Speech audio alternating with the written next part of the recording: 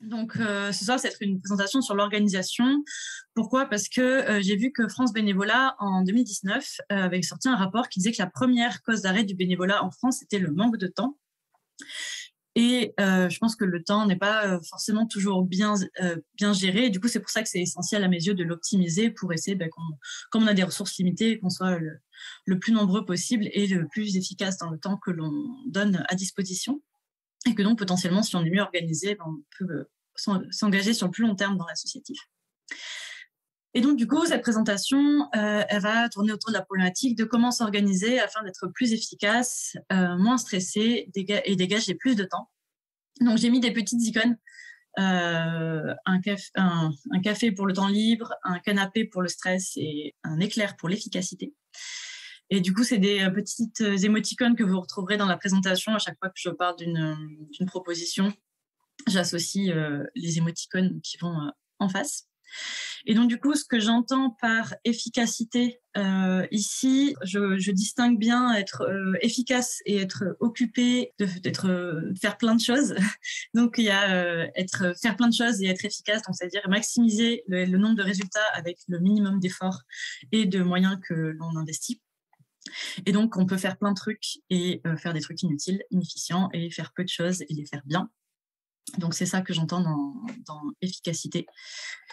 Et donc, oui, j'ai pas de diplôme particulier en organisation ou quoi. C'est juste que c'est un domaine qui me passionne depuis des années. Du coup, j'ai beaucoup lu, écouté, échangé sur ces sujets-là. Et là, donc, je peux pas du tout être exhaustive en une présentation, mais l'idée, c'est plutôt de présenter les bases et le condensé, l'essentiel du condensé de ce que j'ai appris. Et donc, ça va se faire en 3 parties. Il y a plus de bulles, mais c'est normal. La première, ça va être de savoir d'où l'on part, donc de mesurer son temps, son fonctionnement, etc. Puis, on passera à une étape un peu plus état d'esprit. Et enfin, on terminera sur des mises en place plus concrètes sur l'organisation avec des outils, des méthodes. Donc, on commence par mesurer. L'idée, c'est de savoir d'où l'on part dans le temps que l'on a, de savoir quelle marge de manœuvre on a à notre disposition et de comprendre comment est-ce qu'on fonctionne. Donc, l'idée, c'est vraiment de comprendre où est-ce qu'est son temps pour beaucoup mieux pouvoir agir dessus. Et dans ce que j'entends, dans qu'est-ce qu'on peut mesurer, ça va être un peu tout dans notre vie. Donc, ça veut dire les routines. Est-ce qu'on a l'habitude de se lever tard et de se coucher tard? Ou au contraire, est-ce qu'on est plutôt du matin? Qu'est-ce qu'on fait quand on se lève habituellement? Qu'est-ce qu'on fait quand on rentre du travail? Les heures de travail aussi, peut-être que vous avez des heures fixes, mais parfois on est plus modulable et on peut, en télétravail notamment, travailler peut-être un peu plus le matin, un peu plus le soir, etc. Quand est-ce qu'on est efficace aussi? Quand est-ce qu'on se sent bien? Quand est-ce qu'on se sent concentré? Quand est-ce qu'on se sent créatif? Et aussi d'identifier les activités que l'on fait qui sont énergivores, chronophages, ou bien on peut appeler des time wasters, et là où on passe du temps sans être productif. Par exemple, si on recherche à être détendu et qu'on passe une heure sur les réseaux sociaux, c'est peut-être pas la meilleure manière de se détendre, mais pourtant c'est ce dont on a besoin à ce moment-là. Et donc essayer de trouver comment est-ce qu'on fonctionne. L'idée, c'est vraiment d'être le plus honnête avec soi-même. Parce que l'idée, on n'a rien à prouver à personne, c'est juste à soi-même pour se comprendre. Et mieux on se comprendra, et mieux on pourra agir sur notre fonctionnement. Et comment est-ce qu'on peut mesurer tout ça? Il y a quelques outils basiques. Donc, ça peut être un chronomètre. Moi, c'est ce que j'utilise pour mon temps de travail. Je commence le chronomètre quand je commence à travailler et je l'arrête quand je m'arrête. Comme ça me permet d'avoir une vue assez précise du temps que je passe sur mon travail pendant la journée. Ça peut être aussi des applications comme Save My Time, où donc il y a une version gratuite où en gros on enregistre les activités principales de notre vie. Il faut être synthétique parce qu'il y en a, je crois qu'il y en a 7 ou 9, je sais plus, en version gratuite. Et ensuite, à chaque fois qu'on rallume notre téléphone, on peut préciser ce qu'on a fait depuis tant de temps. Et donc, ça permet de se rendre compte de combien de pourcents de notre temps on passe à travailler, à étudier, à dormir, à passer du temps pour soi, à faire du sport, etc. À savoir que c'est très important de bien définir ce qu'on entend par ces catégories-là, parce qu'on peut très vite tenter de tricher. Et aussi, qu'est-ce qu'on entend par exemple, travailler? Est-ce que c'est être sur son lieu de travail ou est-ce que c'est être vraiment en train de travailler? Parce que si on va sur les réseaux sociaux pendant au travail, est-ce que ça compte comme réseaux sociaux ou travailler? Enfin bref. Donc du coup, c'est important d'être clair avec soi-même sur est-ce qu'on mesure le lieu? Est-ce qu'on mesure l'activité vraiment qu'on fait au moment T? Mais donc ça, c'est un outil qui est assez intéressant. Après, je pense que c'est bien de l'avoir un temps parce que moi, je sais que je l'avais fait pendant trop longtemps et après, on commence à réfléchir à sa vie en termes de catégories. C'est peut-être pas le plus, le plus épanouissant. Mais en tout cas, dans un premier temps, pour apprendre à se comprendre, c'est chouette. Et ensuite, on peut même se fixer des objectifs pour chaque catégorie et voir à quel point on l'atteint. Et donc, bien sûr, avoir des statistiques sur la semaine, sur le mois. Ensuite, il y a d'autres applications comme Toggle sur navigateur. L'idée, c'est plutôt donc de timer le temps que l'on passe sur chaque activité sur son ordinateur. Donc, c'est aussi un outil qui peut être intéressant à avoir. Et il y a aussi le tracker. Donc ça, on en parlera un peu plus tard dans une autre dynamique que le fait de savoir comment est-ce qu'on fonctionne, plutôt dans un aspect de motivation. Mais ça peut être aussi intéressant d'avoir un tracker pour se rendre compte de ses habitudes. Donc en gros, un tracker, il y a plusieurs formats qui existent. Là, j'en ai pris un qui est le plus commun, que j'ai trouvé sur Pinterest. Et donc, du coup, en gros, c'est de marquer tous les jours du mois. Et en face, toutes les activités que l'on veut mesurer. Et ensuite, chaque soir, on coche si on a fait l'activité ou pas, ou si on ne l'a pas fait. Et donc, ça peut être intéressant de noter pour se rendre mieux compte, parce que souvent, on peut se définir d'une manière genre, je sais pas, je suis quelqu'un de sportif, ou je suis quelqu'un qui aime lire, ou je suis quelqu'un qui fait ceci et fait cela. Mais en fait, parfois, il y a un grand gap entre ce qu'on a l'impression d'être et ce que est vraiment la réalité. Et c'est intéressant pour se rendre compte d'avoir cet exercice-là. Donc, ça peut être aussi le nombre d'heures de sommeil, par exemple. Enfin, bref. Et donc, encore une fois, dans cette dynamique-là, c'est très important d'être très rigoureux sur la définition que l'on a, parce que si faire du sport, c'est genre courir 5 minutes, ça compte, faut le définir comme tel. Ou si c'est à partir d'une demi-heure de sport, je considère que j'ai fait du sport, ou à partir de 5 pages lues, je considère que j'ai suffisamment lu, etc.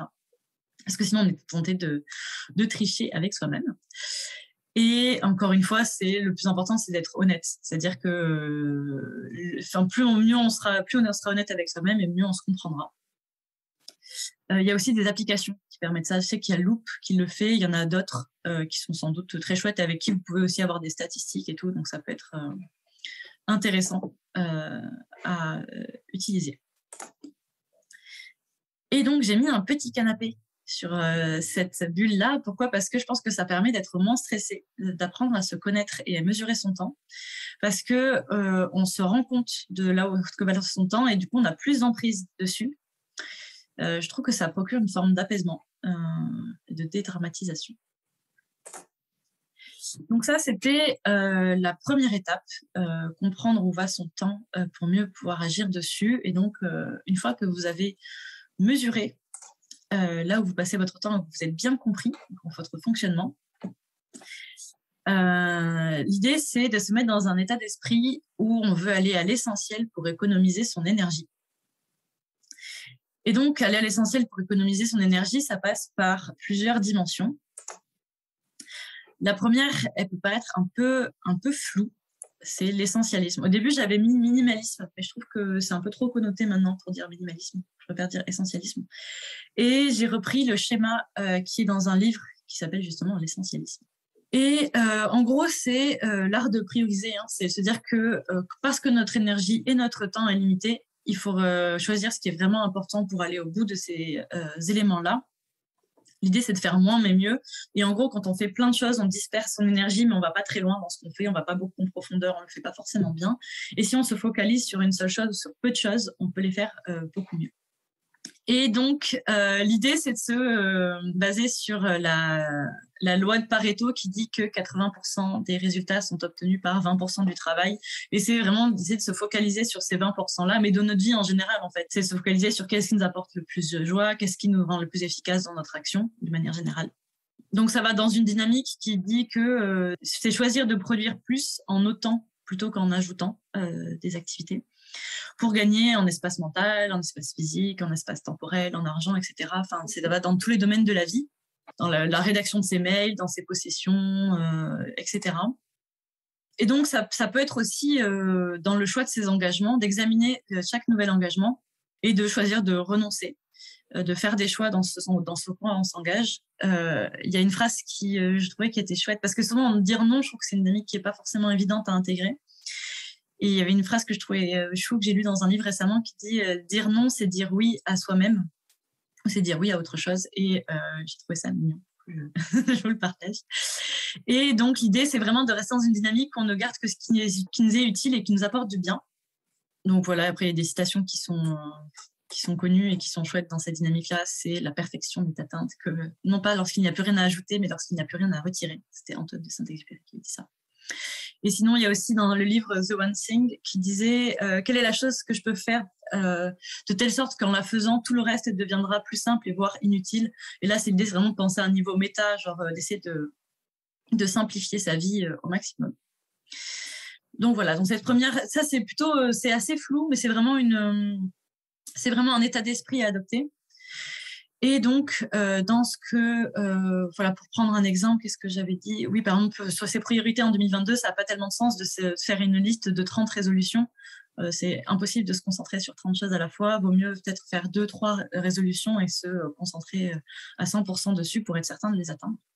Donc voilà, donc l'idée, c'est d'aller en profondeur des choses et d'éviter de survoler. Et pourquoi est-ce que j'ai mis les 3 petites émoticônes? On est moins stressé quand on va à l'essentiel parce qu'on n'est pas submergé et on a tendance à être beaucoup plus allégé. On a plus de temps libre parce qu'on supprime tout le superflu, donc qui nous prend du temps. Et on est aussi plus efficace parce qu'on est plus concentré et moins dispersé. Ensuite, pensée SMART. Donc, il y a un acronyme qui est connu, c'est SMART, pour stratégique, mesurable, ambitieux, réaliste et temporellement défini. Et c'est un acronyme qui est utilisé surtout dans la définition des objectifs en général, mais je pense que de manière générale, c'est intéressant de se l'appliquer aux tâches que l'on se fixe. Par exemple, ça va être si cette année je veux agir pour les animaux, c'est beaucoup trop vague comme objectif. On ne sait pas trop comment le réaliser, du coup, on ne sait pas par quel bout le prendre. Et si je dis, par contre, je veux faire toutes les actions express L214 que je reçois dans les 24 heures en prenant mon petit-déj le matin, je sais pas. Mais ça, c'est vachement plus précis. On sait comment le mettre en action. Et du coup, on a tendance à bien me le faire et à le faire plus efficacement. Et ça, c'est vraiment une dynamique qui est importante à avoir à la fois dans la définition de ses objectifs et de ses tâches, de penser vraiment est-ce que c'est une tâche qui est pertinente, qui est stratégique par rapport à ce que je veux aboutir, à ce que je veux faire? Est-ce que je sais quand est-ce qu'elle va être atteinte? C'est important de savoir c'est une bonne tâche ou un bon objectif, on sait quand est-ce qu'il est atteint objectivement.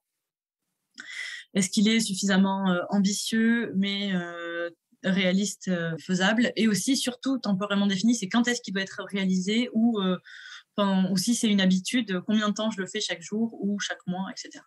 Pourquoi le petit flash, on est plus efficace? Parce que quand ça nous semble plus atteignable, la tâche, l'objectif, on a tendance à beaucoup moins procrastiner et donc il y a plus de chances que les choses se réalisent.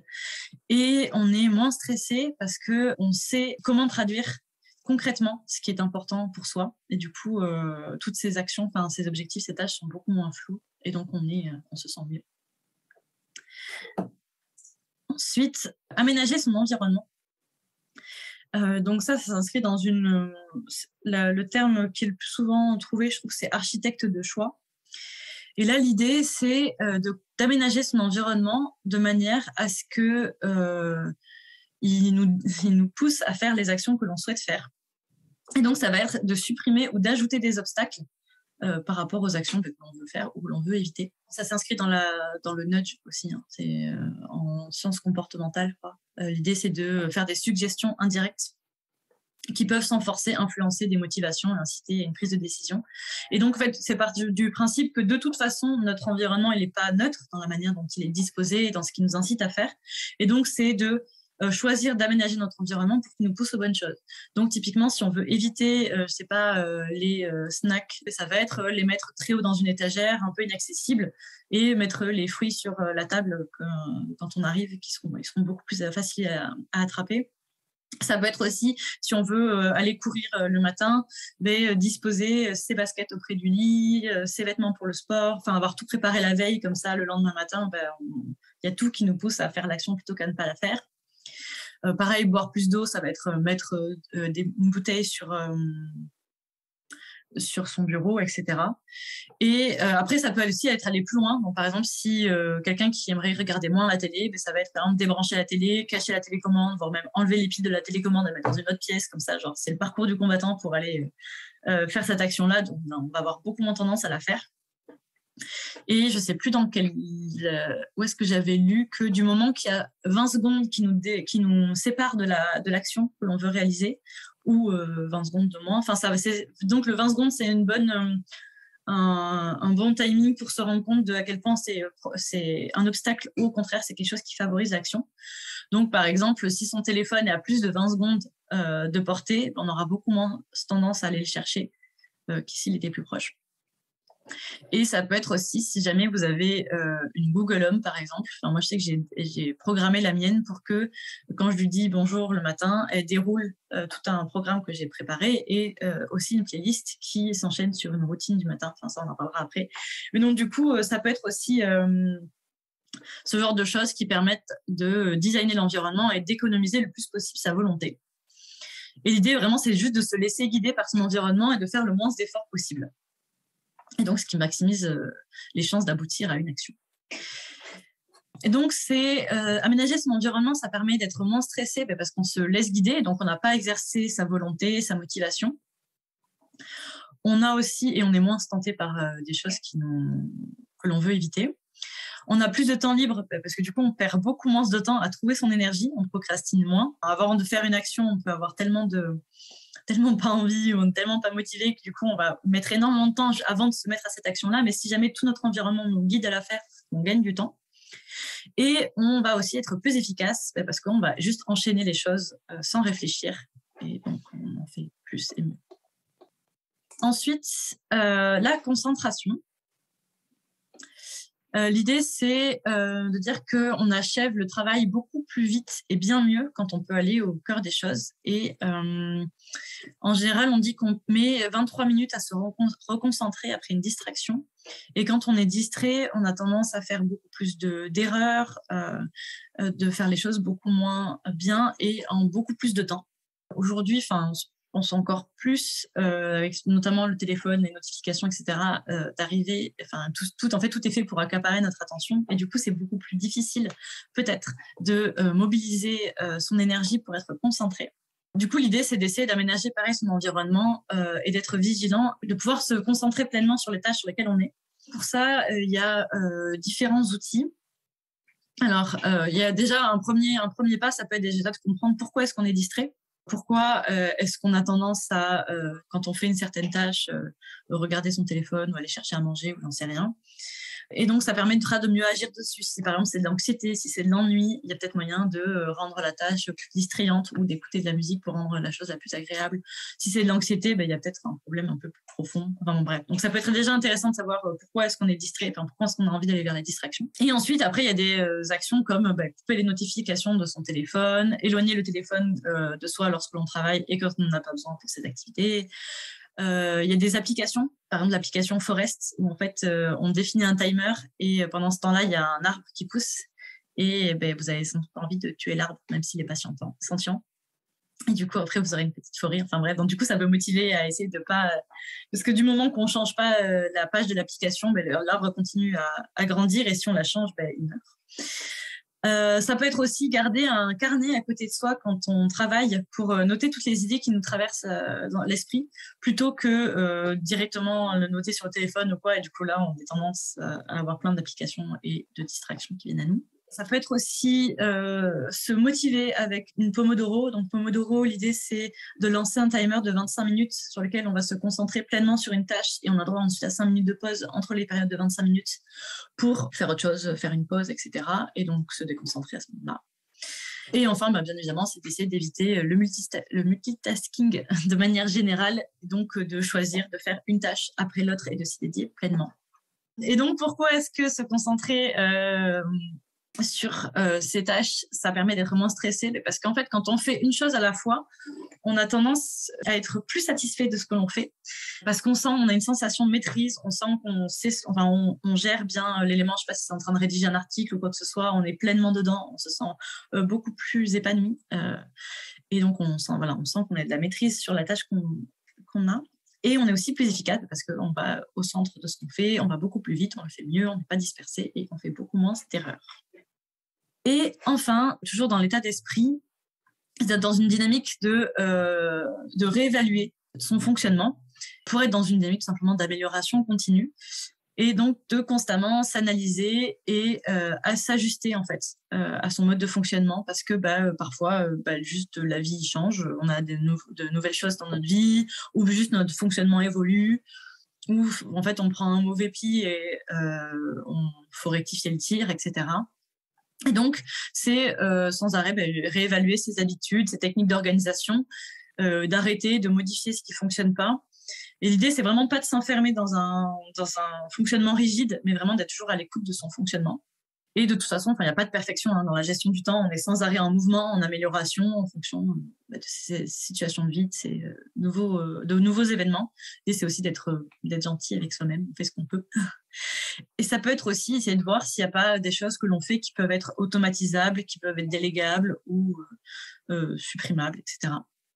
Moi, ce que je fais pour ça, c'est que j'ai mis en place un bilan de la semaine où, en gros, j'essaie de revoir quelles sont toutes les choses que j'ai réalisées cette semaine dont je suis fière, quelles sont les choses qui n'ont pas fonctionné, qu'est-ce que je peux faire pour les améliorer. Et j'essaie de voir, en gros, passer en revue les plus gros domaines de ma vie, que ce soit le travail, les relations, etc. Et de voir si tout suit bien son cours, si je suis bien dans la dynamique que j'ai envie de suivre, ou de passer sur mes objectifs, le rétroplanning mes objectifs, etc.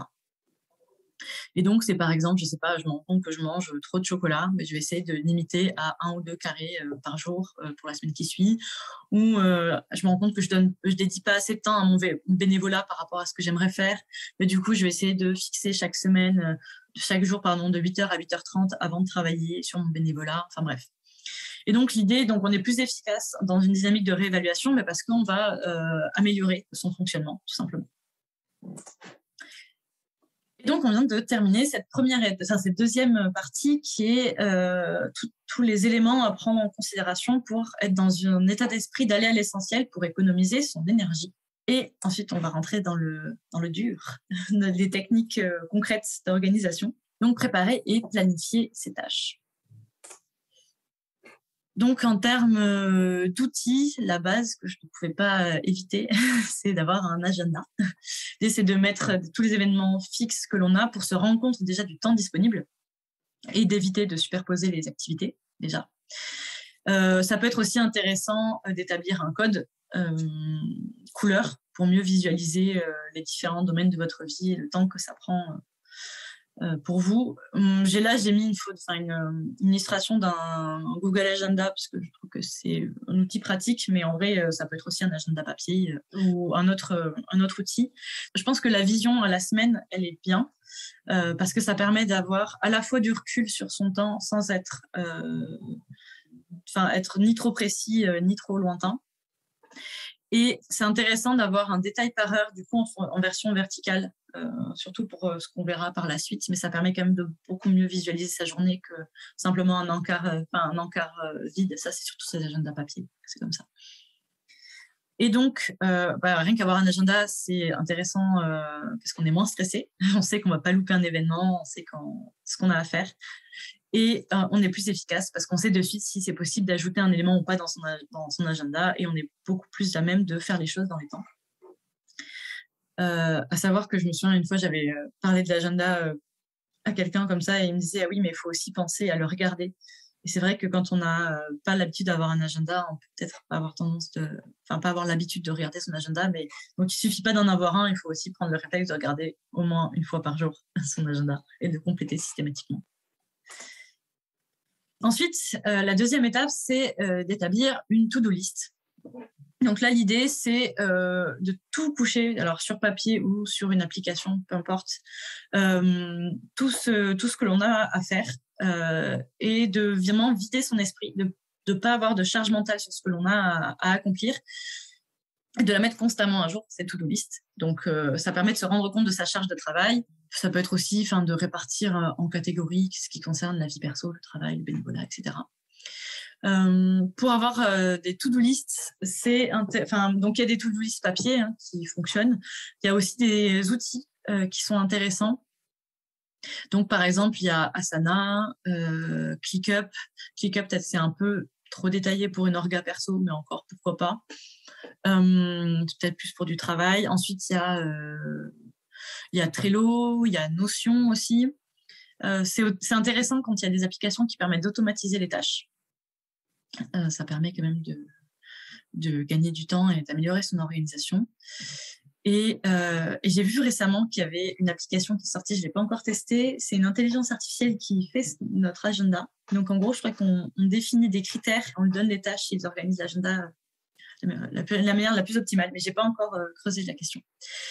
Et donc oui, avoir une to-do list, c'est vraiment essentiel pour vraiment éviter cette charge mentale constante et être certain qu'on va faire les choses dans les temps. Donc c'est pour ça que c'est moins stressant. Et ensuite, la troisième étape, c'est de décomposer toutes les tâches que l'on a notées. Alors, c'est pas du tout vegan comme illustration, mais je trouve qu'elle fonctionne bien. C'est comment est-ce qu'on mange un éléphant, mais pièce par pièce, donc bout par bout.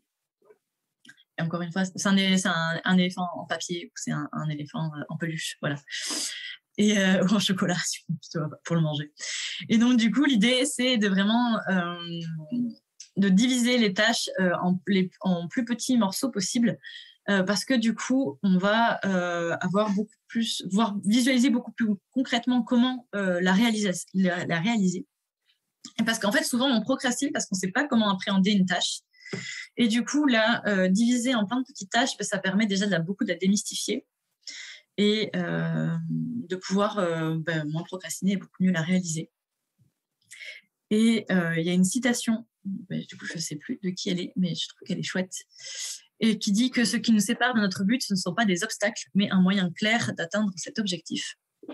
Et je pense que ça s'inscrit pas mal dans cette dynamique-là. C'est vraiment essayer de voir comment est-ce qu'on va réaliser telle ou telle action. Par exemple, réviser un partiel, écrire une thèse ou rédiger un article, ou enfin, peu importe. Ça paraît immense, ça fait peur. Et du coup, on ne sait pas trop comment l'appréhender, on ne sait pas trop comment la faire. Du coup, juste on évite, on ne la fait pas. Et donc, du coup, découper en toutes petites tâches, par exemple, je ne sais pas si c'est écrire un article, c'est d'abord définir la thématique de l'article, chercher toute la bibliographie, élaborer un plan, élaborer une problématique, enfin bref. Et du coup, détacher en plein de petites sous-tâches, ça permet de la démystifier. Et donc, pourquoi est-ce que c'est intéressant de décomposer ces tâches? C'est déjà, on est moins stressé, parce que du coup, les tâches font moins peur. Et on est aussi plus efficace parce que on a beaucoup moins tendance à procrastiner et donc on va mieux achever ces tâches. Avant-dernière dimension, une fois qu'on a toutes nos tâches, qu'elles sont découpées en plein de petites tâches, c'est de minuter, prioriser, planifier. Donc pour achever ces tâches.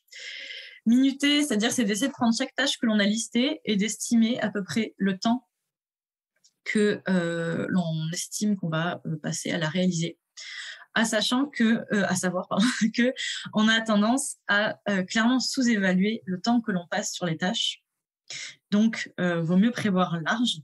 On a tendance à sous-évaluer le temps qu'on passe sur les tâches et en même temps, quand on se prévoit trop de temps sur une tâche, on a tendance à utiliser tout ce temps-là alors que l'action aurait pu être faite en un temps plus court. Donc, je trouve que c'est pas forcément évident d'estimer le temps que l'on met à une tâche, mais ce que ça peut être, c'est par exemple si c'est des tâches qui sont régulières, donc je sais pas moi, faire la veille médiatique ou rédiger un article, tout ça, c'est de se chronométrer systématiquement et de voir la différence entre ce que l'on a estimé comme temps et ce que l'on met vraiment comme temps à réaliser, et ensuite de multiplier par le temps. Enfin, si on se dit que telle action on va la faire en 10 minutes alors qu'en fait on la fait systématiquement en 30 minutes, mais c'est à chaque fois qu'on estime le temps qu'on va passer sur ce type de tâche-là, c'est de systématiquement multiplier par 3 le temps que l'on prévoit pour. Ensuite, prioriser toutes les tâches que l'on a listées. Donc pour ça, il y a plusieurs possibilités de priorisation. Donc, de manière générale, ce qui est le plus important à se poser comme question, c'est qu'est-ce qui est vraiment important à réaliser. Il y a la matrice d'Eisenhower, que je viens de mettre à l'écran, là, qui consiste à classer ces tâches en fonction de l'urgence et de l'importance, et en fonction de son urgence et son importance, de choisir l'action à faire, donc soit déléguer, soit faire, éliminer ou planifier. Je ne suis pas très fan de cette matrice, mais en vrai, je sais que ça parle à beaucoup de monde, donc je l'évoque tout de même. Il y a aussi d'autres manières de prioriser. Ça peut être une forme de tamis des valeurs et des priorités de vie. C'est-à-dire à chaque fois qu'il y a une action, est-ce que ça s'inscrit vraiment dans ce que je veux faire, ce qui fait partie de mes objectifs, mes priorités de vie. Ça peut être aussi choisir de faire à chaque fois le pire en premier. Donc ça, c'est eat a frog. Je crois c'est pareil, c'est pas vegan du tout comme expression. Il faudrait véganiser les expressions d'organisation. Mais donc l'idée, c'est de commencer la journée en faisant la pire tâche. Comme ça, on est sûr, on est dans une dynamique de productivité, on est allégé parce qu'on sait qu'on a déjà fait quelque chose qui nous pesait et on se sent dans une dynamique productive pour la journée. À savoir que, on peut revoir ce qu'on a vu dans la partie essentialisme, que 20% de nos activités, selon la loi de Pareto, 20% de nos activités produisent 80% de nos résultats. Donc vraiment essayer de se focaliser sur ce qui est le plus impactant et le plus intéressant à faire. Et enfin, une fois qu'on a minuté et priorisé ces tâches, on peut les planifier. Et en fait, cette proposition-là s'inscrit dans la méthode time boxing. Donc l'idée, c'est vraiment de prendre ces activités et de les planifier dans son agenda. Donc chaque tâche, de caler un moment pour les réaliser. Et de vraiment caler exactement le jour et l'horaire où on va la réaliser, voire même, c'est intéressant de faire le lieu où est-ce qu'on va le réaliser. Parce que parfois, pour ceux qui ont tendance à bosser dans des cafés ou à l'extérieur, dans une bibliothèque, tout ça, parfois, il y a certains lieux qui ne permettent pas de réaliser certaines tâches. Donc, ça peut être intéressant de regrouper par lieu de réalisation. Et c'est super important, je pense que c'est vraiment important de planifier ces tâches parce que déjà, on se rend compte à quel point c'est faisable ou non de les réaliser. Parce que parfois, on se met une liste de tâches de 20 actions pour la journée. Et en fait, si on les minute et que même après priorisation, on prend vraiment l'essentiel et qu'on essaie de le caler dans l'agenda, juste, ça rentre pas.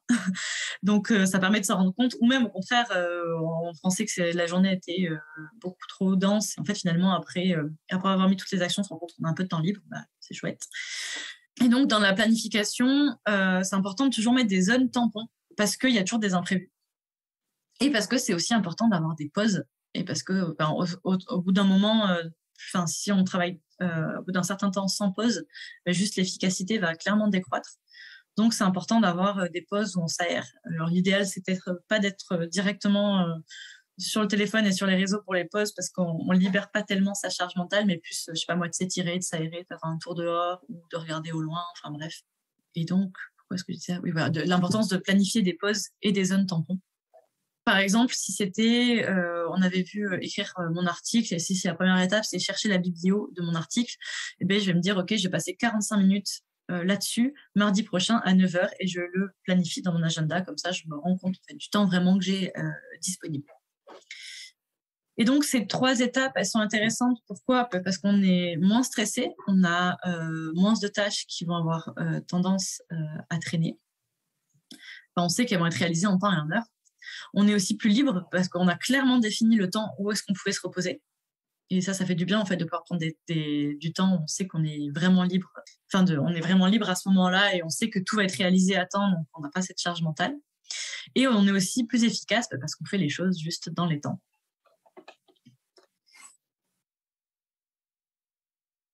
Enfin, le dernier outil qui est intéressant à mettre en place pour s'organiser, c'est de mettre en place des routines. Des routines, c'est vraiment de dépenser le moins possible d'énergie décisionnelle. En gros, la fatigue décisionnelle, ça vient du fait qu'il a été constaté qu'on était moins capable de discernement à force de réaliser plein de choix. Moi, c'est un truc qui m'est souvent arrivé après une journée de travail bien pressante. En général, le soir, on rentre, on n'a pas tellement l'énergie d'effectuer des choix sur autre chose, je sais pas, sur les prochaines activités qu'on va faire ou de manger ou quoi que ce soit. Et l'idée, c'est vraiment de réserver du coup tous les choix que l'on fait au moment où c'est nécessaire et intéressant. Et pour le reste du temps, en fait, c'est juste de se laisser guider pour réduire la friction des activités que l'on veut mettre en place. Donc, par exemple, si on sait que tous les jours, on veut lire et s'étirer, que ça ne sert à rien de tous les jours essayer de chercher sur de l'énergie pour réaliser ces actions, mais plutôt de fixer un moment où on va de toute façon réaliser ces actions-là. Et donc, en enregistrant un comportement, on ne va pas mobiliser cette volonté. On n'a pas besoin de chercher de la motivation, on ne se pose pas de questions, on va juste faire les choses. Ça pourrait être toute une présentation à part entière, la question des routines. Mais l'idée, c'est dans une routine, il y a 4 étapes. Il y a un déclencheur, un sentiment, une action et une récompense. Et donc, c'est dans la réalisation de ces routines de toujours de toujours avoir bien construit ces 4 étapes-là et de choisir ses déclencheurs. Et en général, ces déclencheurs, c'est intéressant. En fait, c'est intéressant de coller des routines à une routine précédente. Donc, par exemple, après m'être lavé les dents, je vais lire sur le canapé pendant 15 minutes. Et le fait de coller sa nouvelle routine à une ancienne routine, ça permet plus facilement de la mettre en œuvre. Et donc, du coup, et aussi la dernière partie, la récompense, c'est très important, donc, du coup, d'introduire la notion de plaisir quand on fait ces routines pour être certain de les maintenir. Donc, par exemple, je sais pas, écouter de la musique qu'on aime bien, ou si c'est une routine qu'on veut mettre en place le matin, c'est introduire plein d'éléments qui font qu'on passe un bon moment. Et donc, les routines, donc, ça peut être sur des activités très spécifiques, donc par exemple une routine matinale, mais ça peut être aussi des activités, donc par exemple dire que tous les lundis de 9h à midi, je travaille sur tel projet. Ça peut être aussi ce genre de routine plus large de temps de travail sur un élément. Ou par exemple, je sais pas moi, tous les dimanches de 13h à 14h30, je m'occupe du ménage et c'est fixé comme ça chaque semaine. Comme ça, j'ai pas besoin de mobiliser de l'énergie à faire ça. Et pour s'aider à mettre en place des routines, il y a l'utilisation des trackers. Donc, on avait vu plus tôt dans la présentation. Et l'idée, c'est plutôt dans une dimension de motivation à ce moment-là. Donc, c'est de cocher chaque jour quand on a fait une action ou pas et d'essayer de ne pas briser la chaîne. Donc, par exemple, je sais pas moi, faire des étirements 15 minutes par jour, boire 1 litre d'eau, enfin bref. Et donc, du coup, c'est de cocher chaque jour son action et de ne pas rompre la chaîne pour se motiver. Mettre en place des routines, ça permet d'être moins stressé parce que juste on se laisse guider, on sait qu'on va faire ce qu'on veut faire et ce qu'il faut faire. On est plus efficace parce qu'on n'a pas besoin de faire d'efforts pour réaliser nos actions, ou en tout cas beaucoup moins que si on n'avait pas mis en place de routine. Et voilà, et pour la mise en place du tracker, ça permet d'être plus motivé à réaliser l'action. Donc ça, c'était les 5 outils qui peuvent être mis en place pour aider à préparer et à planifier et mettre en œuvre ces tâches. Pour conclure, l'essentiel, enfin ce qui est à retenir, c'est les 3 étapes. La première, c'est de mesurer son temps, d'apprendre à connaître son fonctionnement. Puis ensuite, d'être dans une dynamique d'aller à l'essentiel pour économiser son énergie. Donc, dans une dynamique où on va à l'essentiel, on a des objectifs SMART, où on aménage son environnement pour économiser sa volonté, où l'on se concentre sur ses tâches et on réévalue constamment son fonctionnement. Et enfin, préparer et planifier ses tâches, avoir un agenda, une to-do list que l'on décompose en plein de petites tâches, que l'on va ensuite minuter, prioriser et planifier. Et dès que c'est possible, de mettre en place des routines pour économiser sa volonté aussi. Donc pour conclure, je pense que plus on sera organisé, mieux on utilisera notre énergie, plus on sera efficace dans notre engagement et plus on perdurera aussi dans notre engagement. Je pense que c'est un investissement important. Et donc, si jamais vous voulez aller plus loin sur certains points, il y a par exemple le livre The Productivity Project qui est vraiment très chouette. C'est un mec qui a passé une année de sa vie, une année sabbatique, juste à la recherche de qu'est-ce qui nous rend le plus efficace et le plus productif. C'est Imperturbable et Deep Work plutôt sur la question de la concentration et de la distraction. La méthode Make Time, elle est plutôt intéressante sur la priorisation et aussi parce que c'est assez ludique comme approche, beaucoup plus ludique que les autres livres. Il y a du coup l'essentialisme dont on a parlé, l'idée d'aller à l'essentiel, et Atomic Habits, du coup j'ai pas lu pour le moment, mais j'ai écouté plusieurs résumés qui a l'air d'être très chouette dans la mise en place des habitudes et leur intérêt. Et puis sinon, j'ai noté quelques chaînes YouTube aussi, mais que je vais vous mettre en commentaire, que je trouve chouettes. Il y a Mariana's Corner, Mind Parachute, mais qui a une approche un peu dev personnel plus générale. Matt Davella, Thomas Frank, Better Ideas. Et voilà, je vous remercie pour votre attention. Et si jamais vous avez des questions,